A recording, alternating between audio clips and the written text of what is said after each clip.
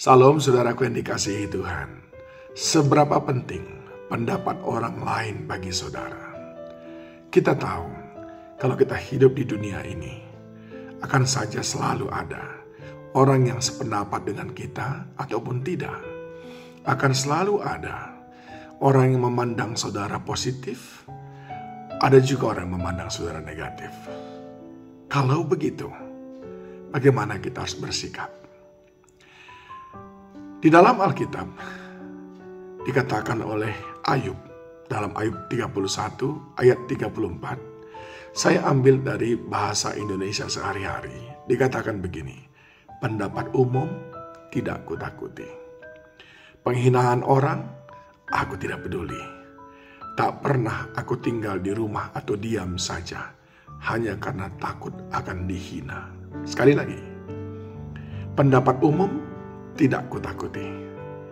Penghinaan orang, aku tidak peduli. Tak pernah aku tinggal di rumah atau diam saja hanya karena takut akan dihina. Pendapat orang sering sekali mengganggu pikiran kita, mengganggu perasaan kita. Bahkan tidak jarang gara-gara memikirkan pendapat orang, perkataan orang, tidur kita terganggu. Ini terlalu berlebihan, saudaraku. Yesus Kristus pernah mengalami hal yang sama, yaitu dia dipandang orang dengan berbagai macam pendapat. Dicatat dalam Yohanes pasal yang ke-7. Di sini Yesus pergi ke sebuah pesta namanya Hari Raya Pondok Daun. Dan di sana banyak orang, tetapi ayat yang ke-11 berkata, orang-orang Yahudi mencari dia di pesta itu dan berkata, di manakah ia? Dan banyak terdengar bisikan di antara orang banyak tentang dia. Ada yang berkata, ia orang baik. Ada pula yang berkata, tidak, ia menyesatkan rakyat. Saudara, tapi Yesus nggak peduli dengan pendapat orang itu. Dia terus melakukan apa yang baik. Lalu dia pergi ke bait Allah, di sana dia membaca firman. Nah, apa yang ingin saya sampaikan kepada saudara persis seperti yang dikatakan oleh Ayub, persis seperti apa yang dilakukan oleh Yesus. 1. Jangan hiraukan pendapat orang lain tentang diri saudara.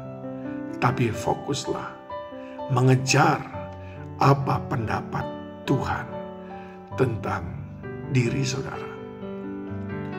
Pendapat manusia berbeda-beda dan namanya manusia bisa saja salah. Yang kedua, saat kita mendengar berbagai macam omongan orang lain, jangan kehilangan fokus. Tetaplah hidupi apa yang menjadi rencana Tuhan dalam hidup saudara. Jangan terganggu, tetapi teruslah melakukan apa yang baik di mata Tuhan. Dan yang ketiga, semakin banyak orang berkata miring tentang saudara, orang menggosipkan saudara, orang berbicara di belakang saudara sambil berbisik-bisik seperti yang tadi dilakukan terhadap Yesus, berarti saudara sudah ada di depan mereka, sehingga mereka membisikkan, menggosipkan saudara di belakang. Saudara ada di depan mereka. Mengapa saudara merasa terganggu akan hal itu? Hidupmu bukan apa kata orang, tapi apa kata Tuhan. Kalau engkau digosipkan, kalau ada orang tidak sependapat denganmu, Yesus sudah mengalami itu semuanya. Tapi dia tidak berhenti. Dia terus fokus. Dia tidak terganggu. Dia terus mengejar kehendak Bapa. Dan semua rencana-rencana Bapa digenapi dalam hidupnya. Ingat baik-baik apa yang dikatakan oleh Ayub. Pendapat umum tidak kutakuti. Penghinaan orang aku tidak peduli. Tak pernah aku tinggal di rumah atau diam saja hanya karena takut akan dihina. Yang aku takutkan adalah Tuhanku tidak berkenan kepadaku. Ayo semangat. Jangan hiraukan. Tuhan Yesus memberkati saudara. Shalom.